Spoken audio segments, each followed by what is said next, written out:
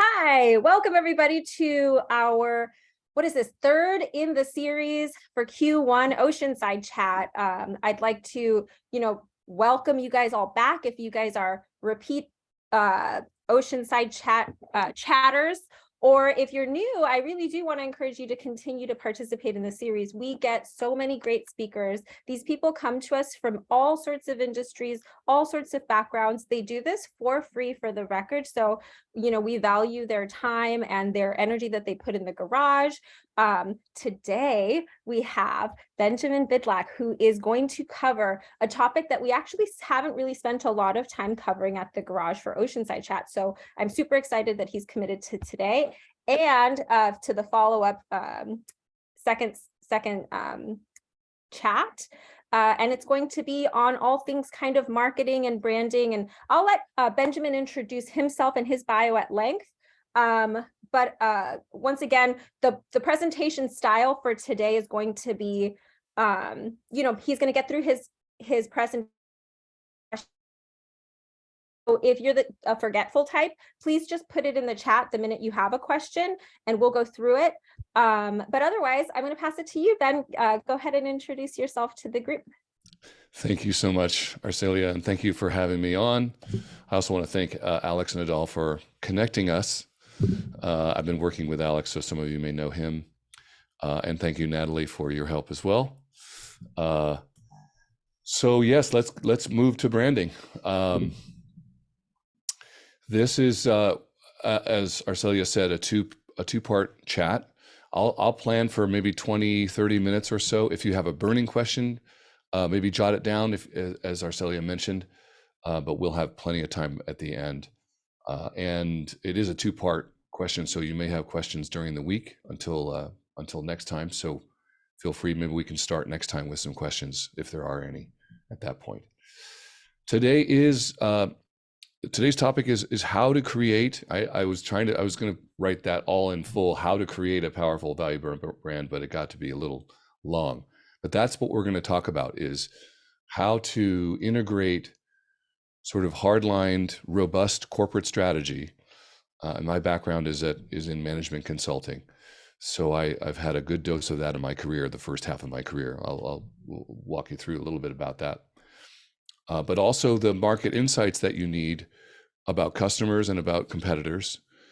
And that's where we first started, Arcelia, was the mythology, the storytelling, the sort of what I think a lot of perhaps engineers or founders, entrepreneurs think as being sort of too soft or too mysterious to include into modern branding.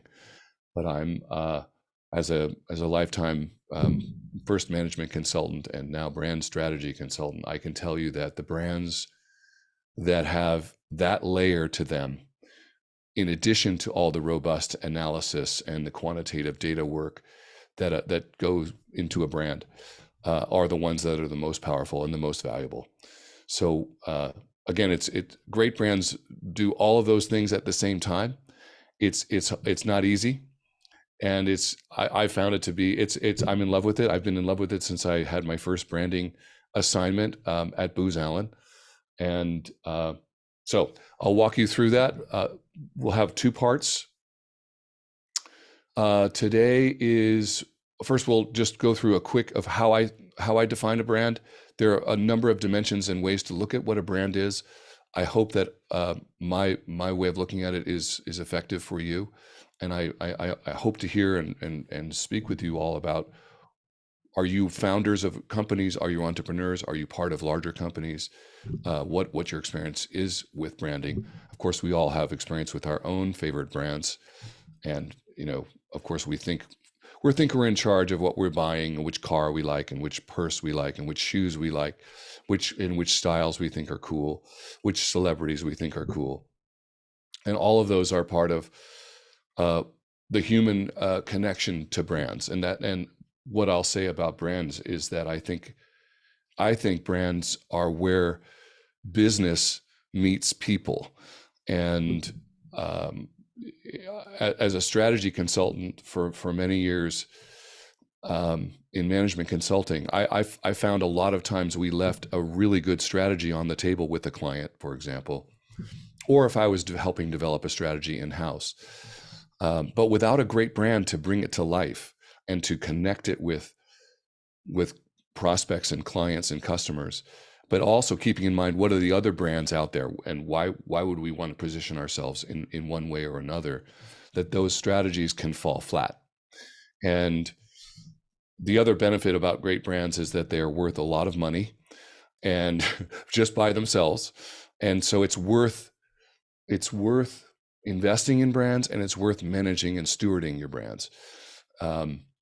So, when I do some version of this presentation, and you'll get all of my very best thinking. I worked with David Ocker for years at Profit, one of the brand strategy leading strategy firms in the world, I would say, David Ocker being the author of many branding books. And I asked him one time about his books. I said, do you ever hold back in your books? What do you put in your books? Do you need to leave a little room for maybe having them to have to hire you? Or do you put everything you know into the books? And he said, Ben, I put absolutely everything I know into my books. And the truth is, people still need help walking through the steps. And so I'll say to you, my promise to you is I've put everything into this. It's a shortened version to today and then next week, but it's everything I know, and it's my best thinking. So I will submit that to you for your consideration. We'll finish today with, I only have about 10 slides, so it's not a lot to go through. It's a lot of rich information, though. The value of brands, really, why should we care about brands? Let's say I've thought of a new technical, either some cool software, or I have a new widget, or I have a new cool car, or I have a new stylish gadget. I have a medical device. I have XYZ. Why do I have to worry about a brand? If I make a valuable product or service, it should sell itself. I'm going to walk you through the two main categories of value. One is what I call the logic, which is the financial value of brands, and the strategic value of brands, and what I would call the depositioning value. You deposition your competitors at the same time that you distinguish yourself. And so this will satisfy perhaps maybe the engineers among you, the sort of hardline thinking among you, especially those of you that maybe are not as familiar with the creative work, or might dismiss brands as being just sort of creative ideas or funny commercials. And we can talk about the Super Bowl commercials if you'd like to, by the way. Some of you may have seen some of those commercials. I thought there was a mix of strong ones and less strong ones. I'll put it that way. But the second piece of category of value is the magic, what I'm calling here the magic of brands, which is the human part of a brand. What is the target brand? Why is that magic in some way? Why is, or Apple, a lot of people talk about the Apple brand. I'll say, even in the same breath, the Microsoft brand is changing its brand as we speak. It used to be sort of the traditional status quo kind of nerd-led, geek-led brand, and Apple looked cool and was young and hip. I would say those brands are shifting in their position. I will also say that I know personally, I've worked with both of those brands. I know that there is a lot of horsepower and people behind the thinking about all brands, all corporate brands, and both the financial value and power of a brand to drive your business, but also the magic.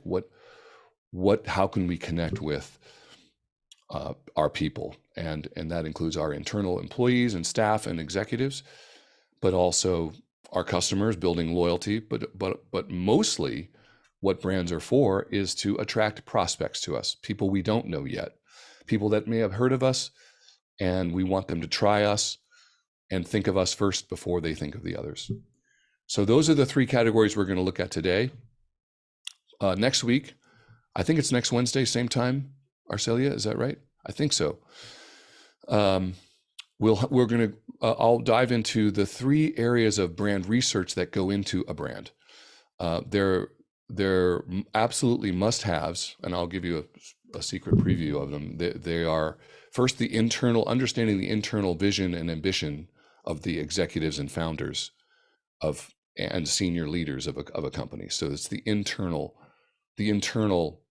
insights, capturing that. And you'll see, I'll show you some examples where most companies think that everyone agrees what our brand is. What is the USC brand, right? And if I asked all of you, and maybe we'll do this for fun, what does USC stand for? What does Viterbi stand for? What does the garage stand for? What does UCLA stand for? What does Stanford stand for? What does Toyota stand for? So many times, especially the CEO thinks that everyone is aligned, and they're not. And part of my job is to find all of those answers and then somehow capture what the brand really is, and have every single one of the executives nodding their head in the boardroom.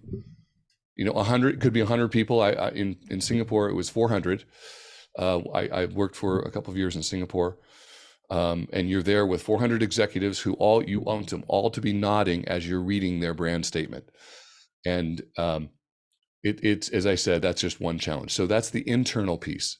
The second piece of research you have to understand is your customers and your prospects. Who would be buying your service or product, or would you like to communicate with? And what do they want and care about? What what insights can you bring? And you can do that with one-on-one interviews. You can do it with large data sets and surveys. You can do it with group research, focus groups, and I've done all those things. The third piece is what I call the market insights, which is, what are your competitors saying? What are partners saying? What do brand and industry experts are saying about your category? You've got to bring a set of insights and a point of view, particularly for your 1, 2, 3, 4 main competitors. So we'll walk through those in more detail next week. I call this a brand is born, or in this case, reborn. A lot of the work I do is helping to do a rebrand, what's called a rebrand. And a rebrand is a refresh, a strategic and usually design refresh of a brand that is meant to bring a brand from perhaps being a little bit stale or a little bit less exciting to the modern audience, maybe to younger users, younger customers, perhaps. An example could be Harley Davidson, where Harley would like to be a relevant brand to newer riders, to more women riders, to other groups besides the US. And how do we refresh the Harley brand, for example, to make it compelling? It's still the Harley brand, or the Apple brand, or the Louis Vuitton brand, or the Aston Martin brand, but does it need to be refreshed or modernized, and all of its wonderfulness brought forward, but in a new, fresh version, in a new inflection that touches people now. And I'll walk through all of the strategic and creative deliverables. What usually our team, when I was working for larger firms, or in myself, I have a smaller firm now that I run. What we bring when we walk into the final meeting with a client. This is your brand, and I want to show you all of the pieces of what a brand are, what makes up a final set of deliverables, including the creative elements. And then the last piece, I have five. We'll see how many we get to, but I have 5 real world examples of both here and overseas brands where I did a full brand project for them, usually multi-year, and I can walk you through, hopefully in a whirlwind, in just a few, maybe 2 or 3 minutes each. And we can go back and look in more detail, but 5 real world examples of what was the problem beforehand, what did they want to do with the branding work, either it's a brand new brand or it's a refresh, and then what did we end up with, and what were the insights and the points along the way that led us there. I said I would start on my 2nd grade and 3rd grade, but maybe we'll skip over that. I come from a liberal arts, I would say mostly an artistic and a family of writers. I went to Stanford for my MBA. I studied with Professor Kevin Keller, who is a very well-known brand strategist and author. my first step after business school was management consulting. So right into corporate strategy. So not branding at first. We were doing operational consulting, revenue, revenue growth, cost cutting, all the things that management consultants do. So I have a background in that business strategy, corporate strategy world, and I bring that. I believe that clients really need that when you go in to help them with their brand, not just a sort of a fluffy idea or a fun, cool commercial. That's not what branding is. World-class branding is understanding the business, understanding data, but also having, as I mentioned, the deeper layers of human connection, the mysterious, great art, great creative work. Funny commercials can be part of it, a great tagline, but underneath it all, it needs to have really strong strategic foundation. And then I, as I mentioned, I got my first, I think it was Towers Perrin actually, where I got my first branding assignment from the partner.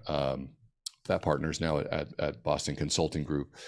And I fell in love with it. The question we were trying to answer was at a high level. And by the way, I have permission from all of the clients here that I will mention today and also next week to show the information at a high level. Keep in mind that some of these documents and deliverables are very sensitive. They're very meaningful to the founders. So in a way, it's like showing a very private. In a way, it's an internal document and set of documents. It's almost quite sacred in a way, as well as being strategically valuable. But the question we were trying to answer back then at Towers Perrin was helping a credit card company decide whether it should spend, at that time, $100 million on sponsorship of the Olympics. Right? And that's $100 million that you can build your brand and you're known as the Olympics and you should use this credit card and it's accepted everywhere. But that's $100 million. Is it worth it? Should you spend it some other place? $100 million, you can do a lot of things for $100 million. Super Bowl ads. You can hire more executives. You can expand into new countries. So that was a deep, difficult problem to solve. There's also, if you give it up, your competitors will jump in there and they'll be the credit card of the Olympics, for example. So you've got to understand what would you call it, the strategic opportunity cost for allowing one of your competitors to jump in. So that was where I first started falling in with branding. From there, I moved to a couple of boutique firms. Profit is one there. It's listed as it's based in San Francisco, but they're global. They're a mix of business consulting as well as brand and marketing consulting. That's where I met David Ocker and helped a little bit on some of his projects as well as some of his books. I got to do work in London and Dubai. High Point Associates is a firm in Los Angeles made up of former McKinsey and BCG partners. So I do all of their branding projects. Sealing Gale is another Los Angeles firm, also in New York. And some of you may know Innovation Protocol, or you may know Sasha Strauss, who is a great friend, but also a great colleague. I worked with him at several of these agencies. He teaches, he's a guest lecturer. I think he's called it associate professor at USC Business School. And I've done some guest teaching at Marshall as well as the Annenberg School, London Business School, and I hesitate to say UCLA, but we'll overlook that for now. Hey, go Bruins! Let's go. We're friends with UCLA. In fact, we have a UCLA team at the garage right now. We like innovation, so we'll take anyone if you're doing a job. Gotta be careful though with those Bruins. We're equal opportunity entrepreneurs. My last two full-time roles was in Southeast Asia for working for Future Brand, probably one of the largest and best known brand strategy firms. And I looked after the strategy group there. And just prior to that, I worked for Interbrand, which is probably the largest and best known branding firm in the world, and was leading the executives, the strategy team in North America. And when I say the strategy, I mean brand strategy team, as opposed to or working alongside the creative team. So in most branding agencies, there is a strategy group and a design or creative group, and they work. I believe they should work hand in hand. In fact, I think they should work hand in hand from the moment the project starts. I remember getting into some colorful discussions, shall we say, with the CEO of a couple of these firms, promoting the idea that I thought the creative designers should be in on all of the meetings with us, billing their time, of course, to understand the strategic pieces and elements and dimensions of the work.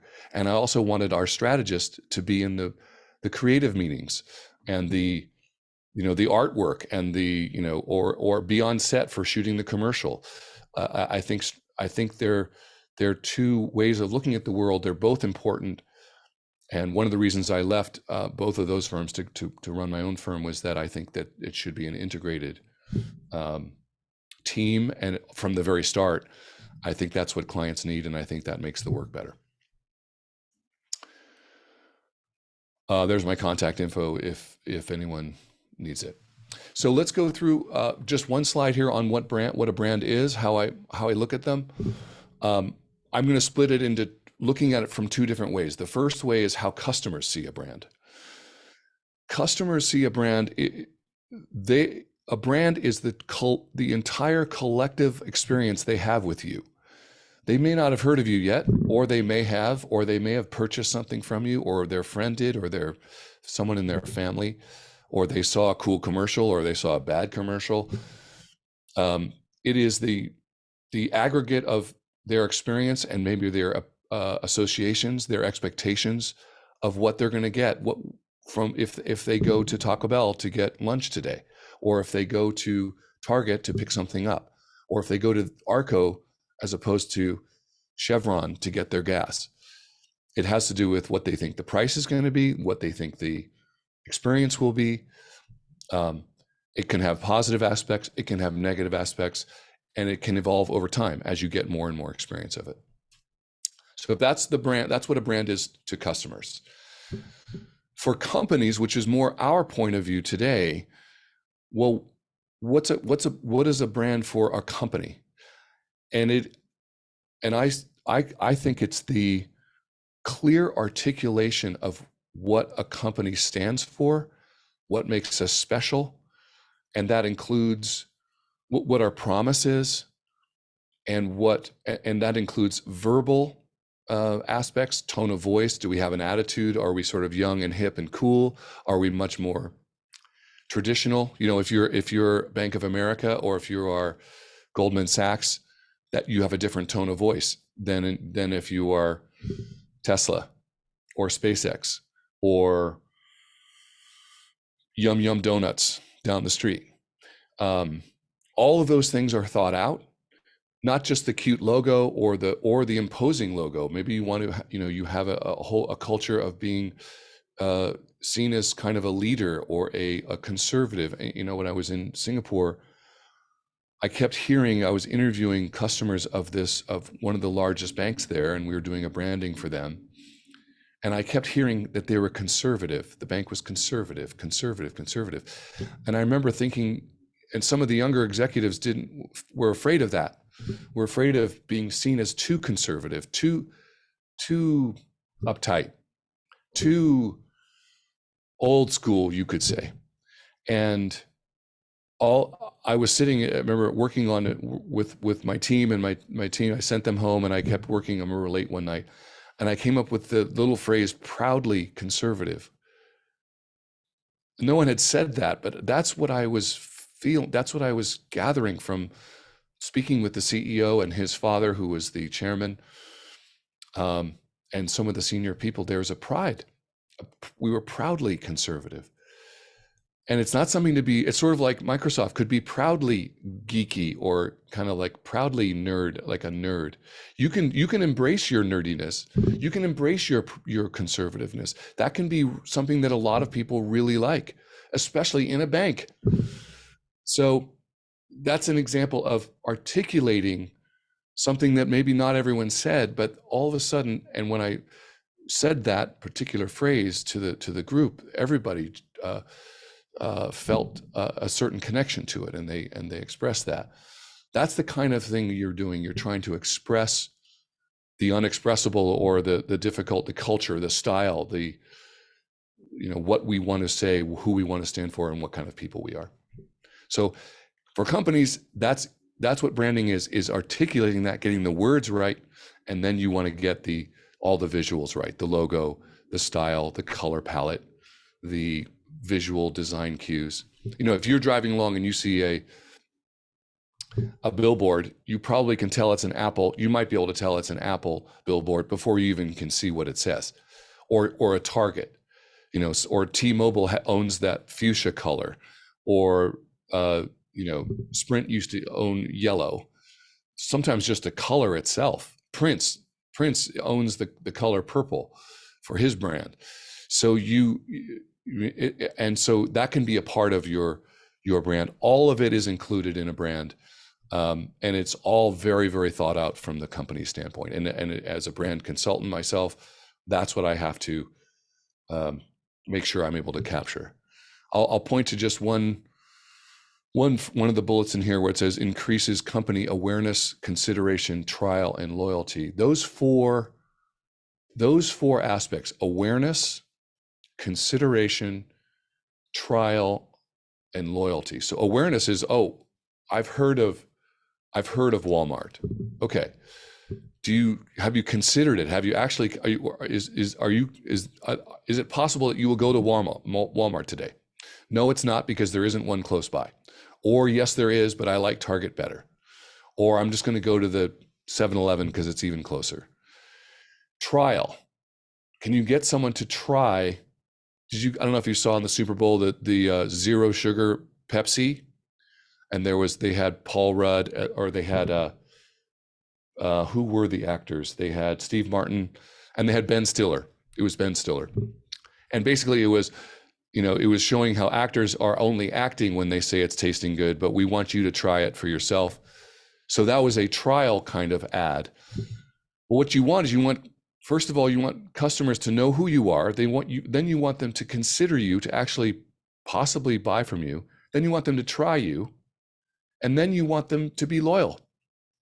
So your brand has to have elements of all of those things. Without those things, a brand isn't really doing much good. So we'll talk more about those as we go. Branding, the word branding, there's a lot of misunderstandings about it.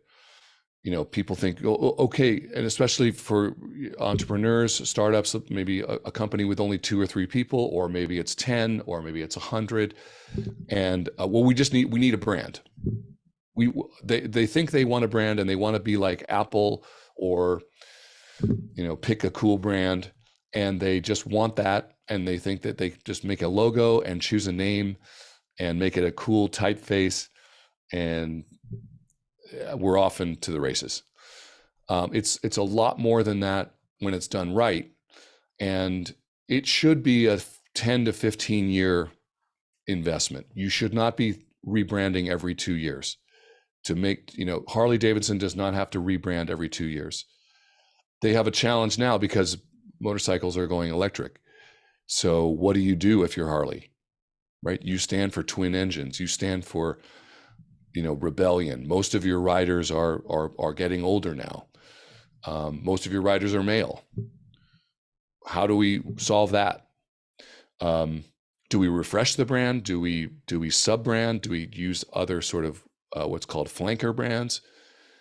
And because you want to carry all the best things with you and leave some of the older things behind. That's what branding is, and it's bringing what the business is doing to life first for employees, and then for the outside world.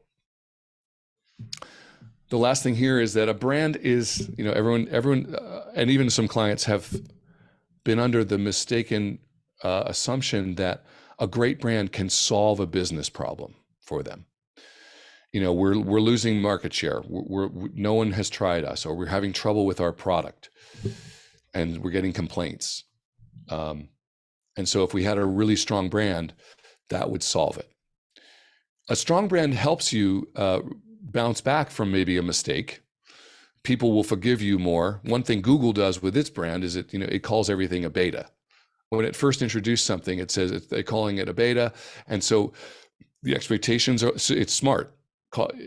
People don't expect it to be perfect. And if it doesn't really go anywhere, it doesn't look too much of a mistake. So I'm not saying everyone should call their new Toyota Camry a beta, but there are, or like with Apple, if your MacBook doesn't work well, your brand is not going to save you. You need a great product, and you need a great business strategy, and you need consistency. You need to deliver it consistently. So Dunkin' Donuts, Apple, any brand, if the purse isn't cool, Kate Spade, if that purse is not cool, or it doesn't do what you think, and it doesn't mean having a big logo, it might have no logo. It's not necessarily the logo. It might be, but if it's not delivering either functionally or emotionally what a brand is promising, a brand won't save you. So it's not a substitute for working on your business. I mentioned all the things that a brand includes: your names, your people. I say your people there because if you're a strong brand, do you all know Trader Joe's? I don't know if anyone knows Trader Joe's. I would offer that, and I'm just a customer. I haven't worked with them professionally yet. I think they have an incredible brand. And as you can see, and they're I would summarize their brand as being budget, international, gourmet. That's how I would summarize Trader Joe's. So branding doesn't mean you have to be high end. Target is not necessarily high end. And Trader Joe's, by the way, a big part of the brand, in my view, without even interviewing anybody yet, is their people. Their people are exceptional. They're quirky. This is how I would summarize it. Most of them are quirky. They're super friendly, easy to approach. They walk over to, even the cash register, you're finishing up and they're like, do you have this? Have you seen, this is a pasta thing. Have you tried this with this sauce? And they walk you over, right? And there's another person in line, or someone will take you and they walk you over. Oh yeah. Or you should try it next time, or maybe they'll say, try it next time with this sauce. Oh, what's it called?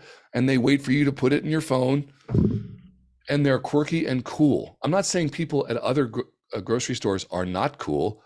I'm saying that the brand helps you can hire to your brand as well. It can help you decide between person A and person B. Your purpose and vision and mission statements, that's an incredibly important part of your brand, but that's not the whole thing. Brand pillars, we'll talk about those next time. That's one of the documents that explores key dimensions of your brand. What are the pillars and why should we believe them? Your brand position, your logo, your typography, your attitude, your tone of voice, a tagline. Everyone thinks BMW is the ultimate driving machine, or just do it with Nike. Those have grown to be very emblematic of each of their brands, but that's not their whole brand. That is make no mistake, that's not the entire brand. Last thing I'll mention here on this slide is branding versus marketing. They're two separate things, and they occur in order: branding and then marketing. not together. Ideally not together. So branding is not marketing. Branding it's articulating and bringing your corporate strategy. So really first is your corporate strategy. That happens first. Then you build a brand and bring it to life based on your corporate strategy. Then marketing is getting that message, all of those key messages out per audience, by the way. It has to be, you might have an audience like doctors, but then also patients, or hospitals, doctors, industry experts, the press, and then patients. And then maybe non-patients, but they're going to be a patient later in life, let's say. So Branding is articulating your message, getting it straight, and then marketing is what you do, is getting that message out to in the right way to the right people.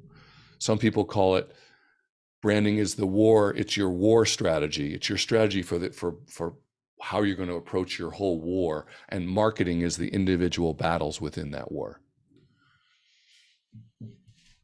All right, just a couple more slides here. I mentioned before that I was going to tell you about the two main buckets of value in brands. The first one is logic. The second one is magic. We're going to get to that.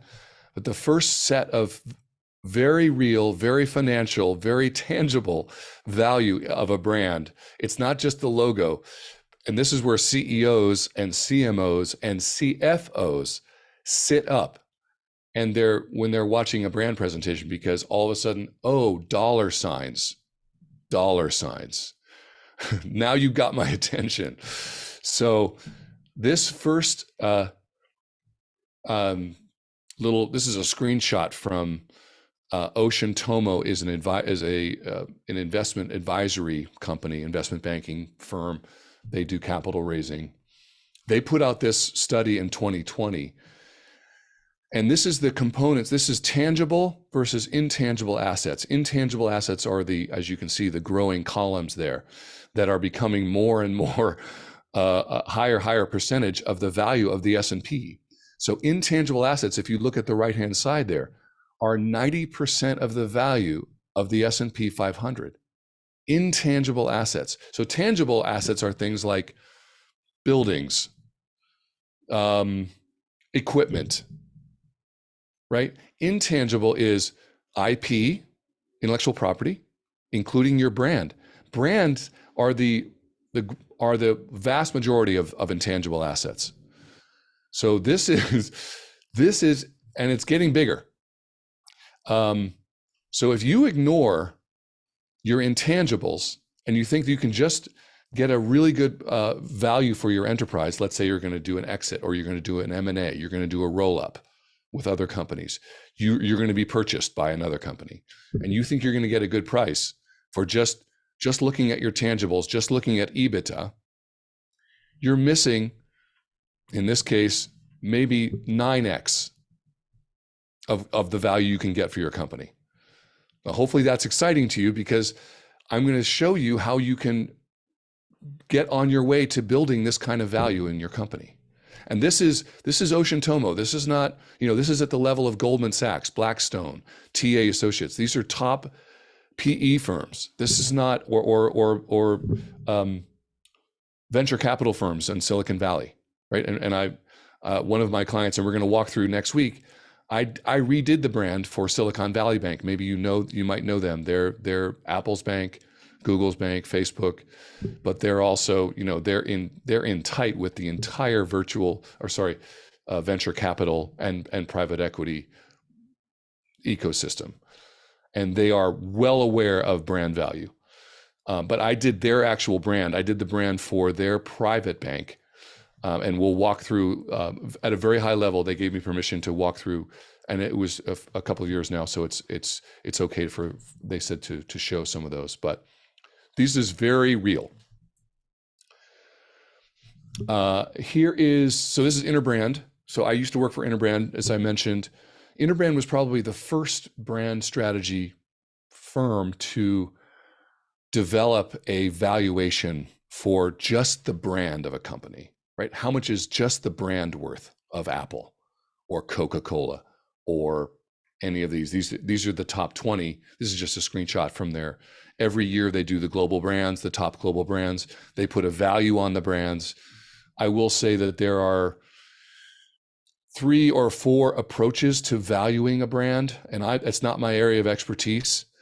You'll see here that Apple, for example, is valued here at $482 billion. 482 billion with a B, just the brand, nothing, not anything else. So if you want to buy Apple, you need to just not only buy their cash, their stock, all of their fixed equipment. You need to come up with another. Well, I'll show you that later, that one of the other brand valuation firms puts them closer at a trillion. But either way, we're not going to argue about, there's the cost approach, there's the income approach. You know, if I said to you, if I have an orange here or a grapefruit, and I just said, well, how much is this grapefruit? And you said X, how many cents that would be? I don't 50 cents, 20 cents, 10 cents. But all of a sudden I put a Sunkist on it. Or if I have a shoe and all of a sudden I put Nike on it, whoops. Oh, now you can charge 4 times what that is. Now you can charge, it's not just a shoe, or it's a soda. Oh, that's a Coke? Okay, well, you know, you're going to buy Coca-Cola, you're going to have to come up with some serious money to buy that brand. So I worked alongside in Interbrand when they were developing this in the early, well, I think since they began in the late 90s, but also through the 2000s. But now there are I think now 3 major consulting firms that publish brand values. Here's Qatar, used to be Millward Brown. It's Qatar Brand Z. It's known as, you can see here's Apple is valued at almost $1 trillion. Google, almost $1 trillion. Here's the top brands here. Obviously, these are numbers that are, you know, astronomical compared to maybe our little companies that we're building. But I'm telling you that the principle holds true. If you're making a little electric bike, or you're making a cool new suit, or you're making a cool office desk that is electric, or whatever, and someone else is making it, and you have a cool brand, and you have a demonstrated brand that people know about, and they're going to be coming to your company, people are going to buy, they're going to pay 2, 3, 4x for your company compared to the competitors, right? Think of water. Water is a commodity, right? And maybe you'll buy Calistoga water. I'm trying to think of some other water brands versus a Fiji water versus vitamin water. And sometimes there's a few things in it, or you think there's lots of things in it, and it may or may not be. But that's a beautiful example of injecting value. And some of it may be legitimate. This is not about, you know, some people think, oh, well, branding is just tricking people into paying more for something that they could get cheaper. I think that's an oversimplification. I'm open to criticism. But I think I've spent my life in brands, and I'm a brand fan myself. It conveys real meaning. Harley Davidson, for example, or even Apple, or spinning. So I worked on the spinning brand. Spinning, you may have heard of spinning classes, indoor cycling classes. We worked on that brand with the CEO and the CM and the COO, huge brand. But their problem was everyone just thought it was a class, a category of class. They didn't know that it was a brand they had bikes, they have conferences, they have trainings for instructors. If you're a spinning instructor, that's different than a Peloton instructor. I'm not saying one is better than the other, but it's a huge brand. And that was the problem that we set out to solve, which was everyone has heard of Kleenex or rollerblading or spinning, but they don't know that it's a brand. And we want to make sure we garner that value when we are moving to a new country, or when people want to sign up to be an instructor or buy a bike, and they're going to buy our bike versus a Peloton bike, for example. So these just, and then on the right here, you can see just by sector, and also if it's an eye test, but this is from Brand Finance, which is probably the other most widely known and widely published consulting firm that publishes brand values. They have Apple here just for fun. They have it at 355 billion. I think that's from 2022. So there are discrepancies between the numbers, and all of you might say, well, yeah, that's a big difference between 350 billion and 947 billion. But let's just take the principle, the strategic principle that brands that are established, that are cool, that are powerful, sell for much more multiples than companies without brands. Here's a quote that when I was sitting with a private equity firm talking about brands, and we were talking about venture capital firms and private equity firms who invest in their companies, their portfolio companies. They usually try to grow some revenue and they try to cut some costs. And then about 3 years later, most of the time, sometimes 2, sometimes 5, they sell the company. And they wanted to talk with me about, and other firms, not just myself, about what about the brand? What about tuning up the brand right before we sell? Right? What wouldn't we want to do a rebrand, a refreshed brand right before we sell to dress it up and to maybe get some multiples? And he said this. He said, focusing on EBITDA brings incremental results. Brands and intangibles drive enterprise multiples. So yeah, you can cut some costs and you can grow revenue, but all of a sudden, whoops, 3x, whoops, 4x, right? Oh, now we got your attention. Okay. So this and private equity and venture capital are starting to expand beyond just the typical EBITDA valuation methods for how much they choose to buy on the way in when they purchase a company, but also when they go to sell. All right, that's all the logic. That's all the numbers. That's all the analytics, the quantitative.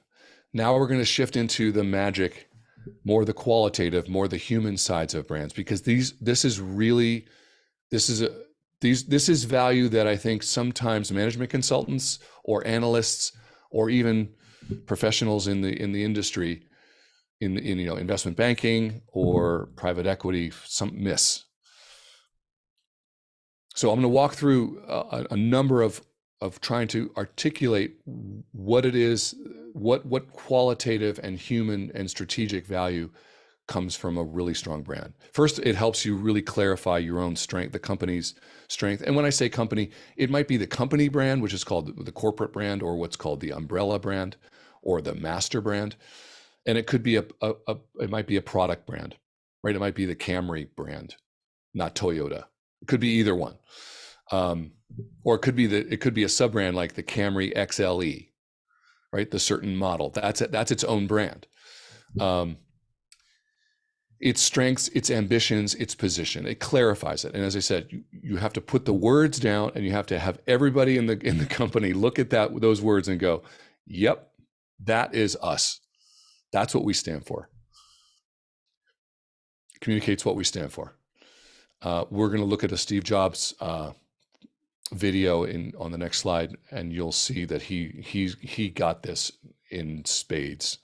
And it's a very, very rare video, by the way. I don't know why everyone doesn't watch. I don't know why it should have 6 trillion views, in my opinion, because it says everything on how to do a brand.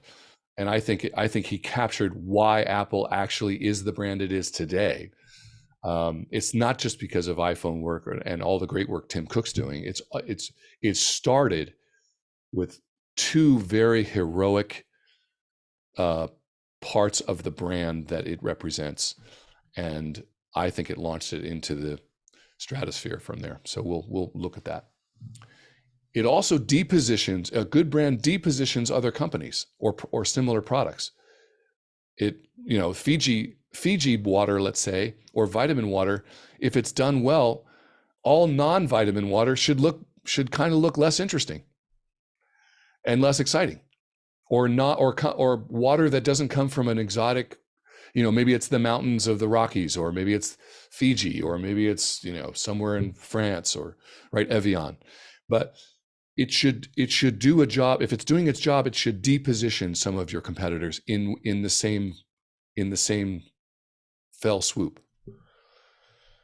It brings the business strategy to life. I mentioned that, right? It brings it to life. It's not just we make this widget and it's the least expensive, medical device in the industry.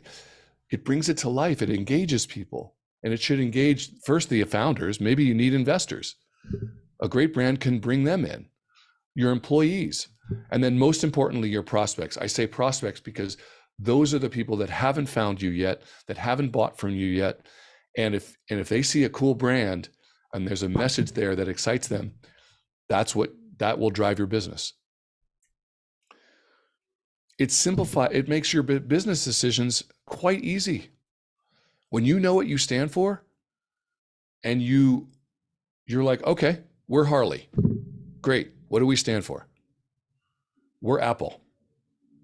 We stand for, I'll say Harley. Let's just take Harley. So I know them pretty well. We stand for, freedom, independent thinking, maybe rebellion, and America. Right? Let's say those are some of the,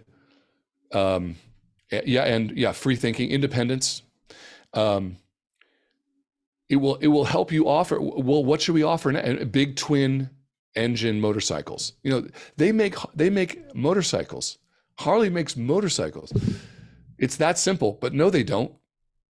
They represent a whole life, a whole lifestyle, a whole. I mean, I went to some I call it a conference. You can't call it a conference. I went to some events, some Harley events. Are you kidding me? I mean, I saw more tattoos. I mean, when you have customers that put your logo on their body permanently, and I've done that with Apple as well. Spinning, I mentioned spinning. Someone told me while we were working there, it was about a year, well, plus more, but a year for the first part of the branding.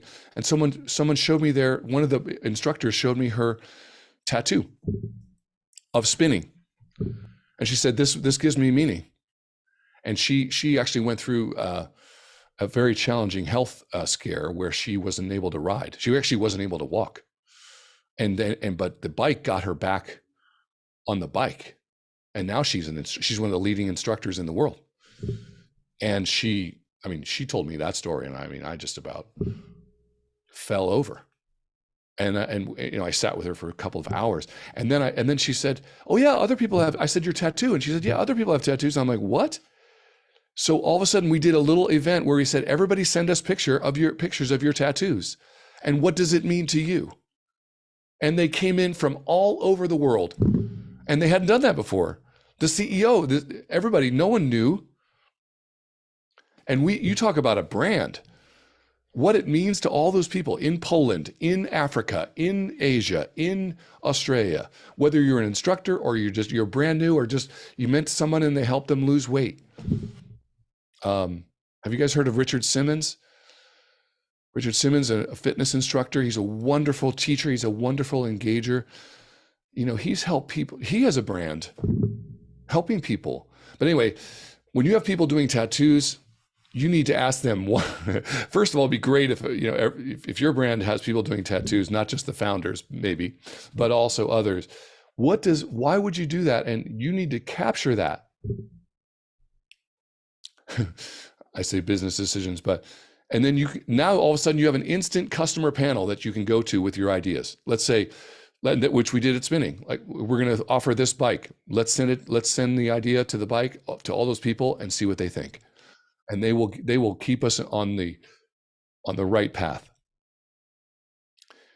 It meaningfully differentiates us. It distills our entire company into a simple promise and messages. Here's the awareness, consideration, and trial and loyalty again, right? Here are those four things. We need to have people know who we are. They need to consider us in their consideration set. They need to try us. And then they need to love us, hopefully. And then if they're really loyal, I could put ambassadorship. What you really want is you want people who are so loyal that they're telling everyone. It attracts and aligns and inspires people to work for you, right? Your executives, your partners, your investors, your board members. It makes it easy to go into a new market or into a new product category. If Apple makes a car, you're already there. I mean, I'm not saying whether you love Apple or not, but you already have a picture of how cool it would be. You have expectations about it. You might, like whenever they come out with a new thing, everyone's lining up. They don't even know what it is yet. I mean, they might have seen some rumors, but they're like, no, I don't care. I don't care. I'm buying the next thing. I know it'll be better, and they've proven it. But I'm an Apple person, or I'm getting the next, Huracan. I'm getting the next Lamborghini. I don't care. Mustang. commands price premium. So yes, it does allow you to command a price premium. Now, Target, that doesn't mean you have to be a high price, but you can. Often you can. Extending into new areas, as I mentioned, it enhances your reputation and your perception.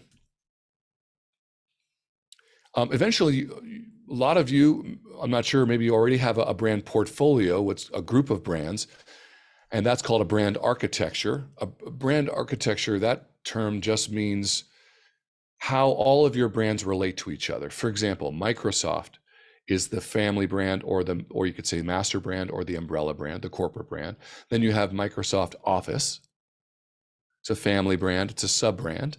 And then you have Microsoft Word, which is its own brand itself. You might even have, Intel Inside is actually sort of what's called an ingredient brand. That's a brand of things that are inside other things, or a certain spark plug, or gasoline, right? Chevron has it's an ingredient brand, and you're going to get a little cleaner engine or a little faster, better performance in your car, whatever it may be. But you have, eventually these companies have portfolios of brands, and each one has its own value and is managed carefully. But the chief brand officer, or in many cases it's the chief marketing officer, does double duty. But those brands need to be looked after and stewarded and managed and optimized for value. Like I said, the last piece here is it builds an enterprise multiplier for your company. So that is, and even that, I mean, I had to, there's more here, but this is just a sampling of what I would call qualitative, but you get it, right? These are qualitative, but they're also strategic value that a strong brand brings you from a qualitative standpoint. All right, let's watch this. This is Steve Jobs. This is in 97. 97. He's wearing Birkenstocks, he's wearing shorts. He's talking to a team of developers. He's not in front of, this is not a product launch. This is an internal meeting or with his partners. And he's talking about the Apple brand. And this is just golden. This is just golden. So I'll let it roll. Hopefully the audio works. To me, can you hear that? Marketing's about values. This is a very complicated world. It's a very noisy world. And we're not going to get a chance to get people to remember much about us. No company is. And so we have to be really clear on what we want them to know about us. Now, Apple, fortunately, is one of the half a dozen best brands in the whole world. Right up there with Nike, Disney, Coke, Sony. It is one of the greats of the greats, not just in this country, but all around the globe.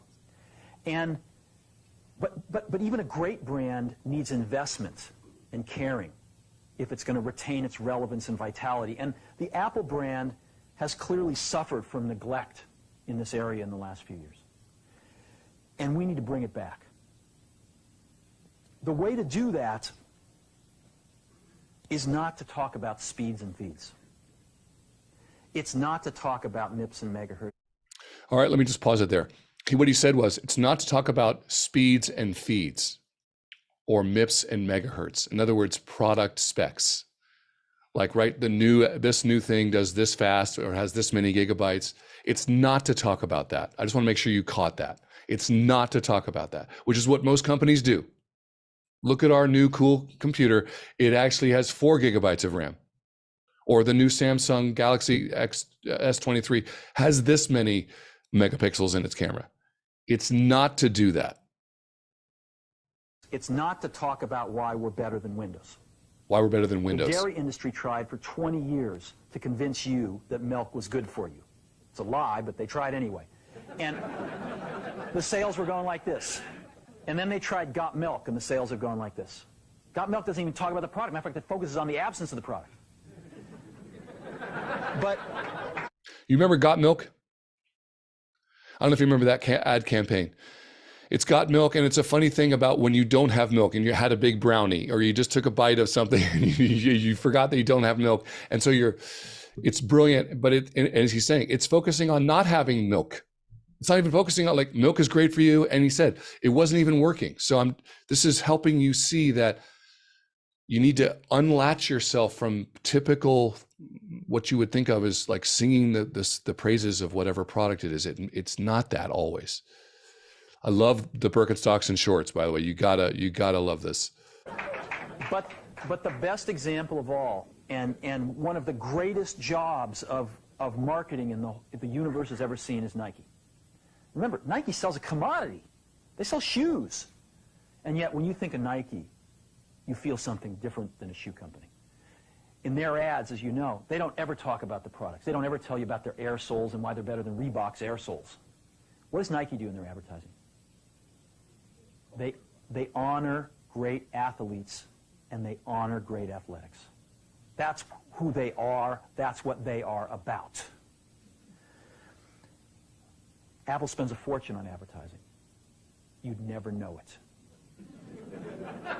You'd never know it. So when I got here, Apple just fired their agency. They were doing a competition with 23 agencies that, 4 years from now would have picked one. And we blew that up, and we hired Chiat, the ad agency that I was fortunate enough to work with years ago. We created some award-winning work, including the commercial voted the best ad ever made in 1984. So you may know the 1984 ad, very famous ad directed by Ridley Scott, the movie director. It's voted many times as the best ad of all time, but I don't want you to be too distracted that it was just the award-winning and how amazing the ad was. That too also celebrated what Apple is all about. That's what he's referring to there. By advertising professionals. And we started working about 8 weeks ago. And the question we asked was, our customers want to know who is Apple and what is it that we stand for? Where do we fit in this world? And what we're about isn't making boxes for people to get their jobs done, although we do that well.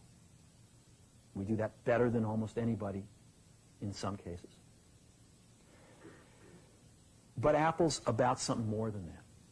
Apple, at the core, its core value, is that we believe that people with passion can change the world for the better.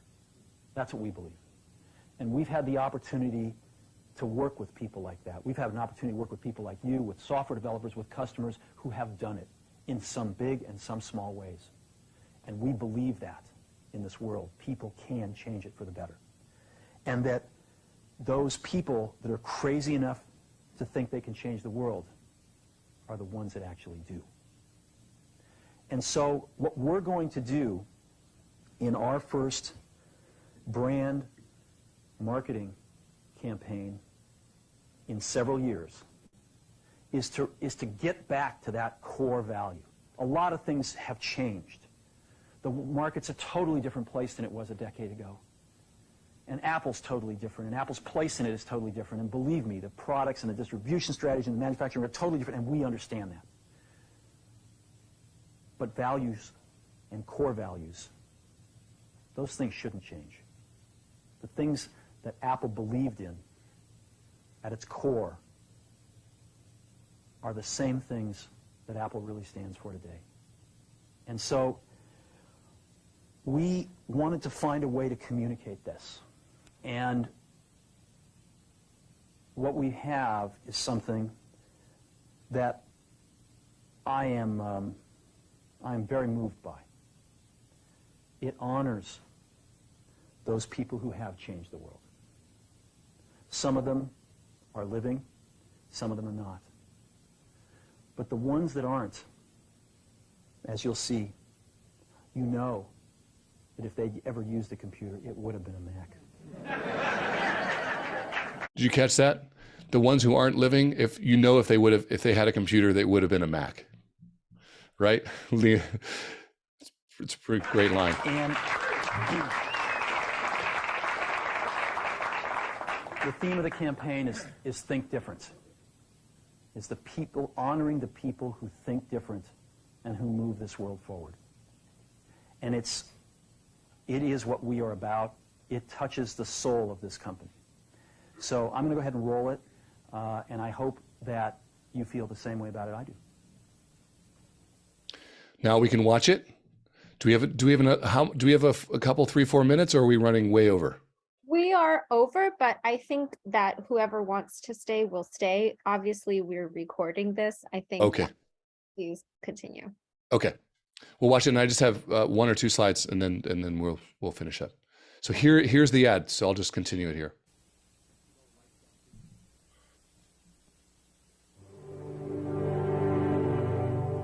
Here's to the crazy ones, the misfits, the rebels, the troublemakers, the round pegs in the square holes, the ones who see things differently.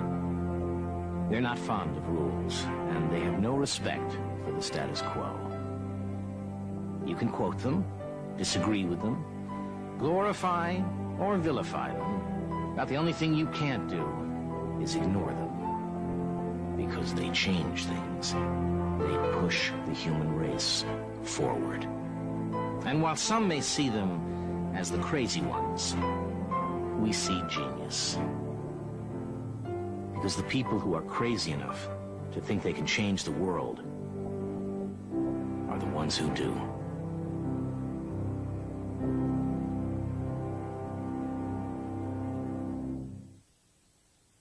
It's just phenomenal. It's just phenomenal. And that idea of, we believe that creative people can change the world for the better. And the ones who are crazy enough to think they can change the world actually do change the world. That idea to me is what Apple was. And that's what I think gave it a absolute perpetual launch into the brand stratosphere. Because at that time, they were sort of up against Microsoft, so they were seen as a challenger brand, or what's called a hero brand. But if you bought a MacBook Pro, you were part of that. You're part of the cool. And this is prior to, hey, I'm a Mac. Hi, I'm a PC. That was another ad campaign they did later. This was, I think, this is what branding is. And I wanted to show that to you because that kind of energy, when you stand for something like that, and as long as your MacBook Pro works, you're a hero buying the MacBook Pro, and you're like, yep, because I am my little way doing my work. Yes, I have a job, but I'm part of the cool people changing the world for the better. Some of you may be thinking I'm as crazy as some of these other people. All right. Last couple slides here. This is, so we're still in this magic world. And I wanted to show you one of the exercises I do, and I do it with, the head of any big company you can know, including Silicon Valley Bank, CEO. We do a Wall Street Journal exercise, which is write a headline and the first part of an article about where you see your company in 3 years. And everyone in the room does it. And this isn't even this is sort of to warm them up about how to be creative and how to think about how their brand, what is their vision for their company or their brand. And then everyone reads their headline to the group. They write it, they take about 10 minutes and write it. And then they read, the couple of points in the article about, I don't mean for you to try to look at each of these headlines, but you can see that there are already 7 or 8 almost different headlines from this supposed group that sees it the same way, but they don't. But by walking through each of these headlines, it is one way. It's just one of 5 or 6 exercises we'll do during a brand workshop that on the creative side that helps people see what is your hope for our brand, what is your hope for our company, and can we integrate some of these headlines into our brand narrative, into our brand positioning statement? Should we not? Should we debate it? The private bank that people will actually love. The bankers who care first and lend second. Banking magic. Like, I'll just mention this. So the Silicon Valley Bank, one of the group discussions we had is there was a bank at the time, I won't say the name, but there was a bank at the time that was seen as younger and hipper, and it was making headway into the market. It was taking share, but it was seen as younger and kind of more dynamic. And they mentioned that one of the 2 or 3 days we talked about competitors and what do their brands stand for. And some of the people in the group said, well, we should be hipper. We need to be cool. Need to be younger. And then we discussed that. Should we? Is that what Apple wants and Facebook and Google as their bank? Maybe. Magic was as you'll see here, and I'll move now to. So keep that in mind. Magic. You don't usually think of a bank as being magic, but someone wrote that as their headline, and it matters. It matters. The last 2 slides here are on mythology and storytelling. I promised you that I said that you need to have all these strategic components: the financial, the strategic, the competitive, the market insights, but then a great brand also has this mythology layer, this human, almost psychology, these ancient archetypes, and you'll see what those are. And so if it has a mythological layer to it, which to me, the hero of, that's what Steve Jobs was saying, is that those are heroic people. We celebrate modern heroic people. And by having a MacBook Pro or an iPhone, or he didn't have an iPhone at that point, but you're taking part of all of the ancient heroes we've had since ever, but it's a modern version of it. And when you start to talk about mythology and storytelling, you have to think of Joseph Campbell. Joseph Campbell was an American professor, mythologist, and an author. He was born early 1900s. He died in the 80s. I first saw him in the PBS show called The Power of Myth, which was basically Bill Moyers, who was, like an Anderson Cooper, a news anchor, a news journalist, interviewing Joseph Campbell about all the mythologies of the world, all of them. And when I say all of them, I mean Christianity, Judaism, Islam, creation stories, Eskimo stories, African creation stories, the heroes, Native American stories, Indian gods, Hindu gods. I mean the entire tapestry of all the gods we've ever had. And that's what Joseph Campbell, when it says comparative mythology, that's what he studied. He studied all the different, he groups all religions into mythology as well. But it's also the Greek gods and the Roman gods, but also the smaller gods, the Eskimo stories, or the animal gods, or one god. And I saw that show. It was the most viewed show on PBS ever at the time, and it absolutely changed my life. It just opened my mind to realize that the connections between all of these different mythologies, and why do we have mythologies, and why, even if they're not true, one of the words for a myth is that something that never was but always is. It never actually happened, but it always is. That means it's a truth. It's a human truth, or a truth in the world. And it started me on trying to understand Joseph Campbell. His 2 main books. Let's see if I can go back here. Uh-oh, I lost a little. Give me a second here to refresh.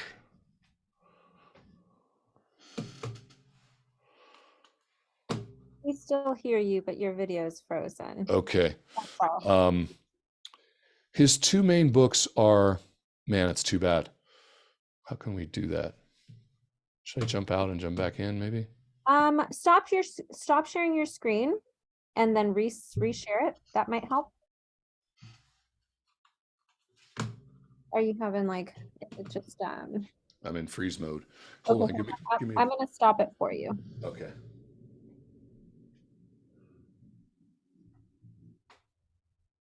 We can edit this out of the recording, I'm assuming.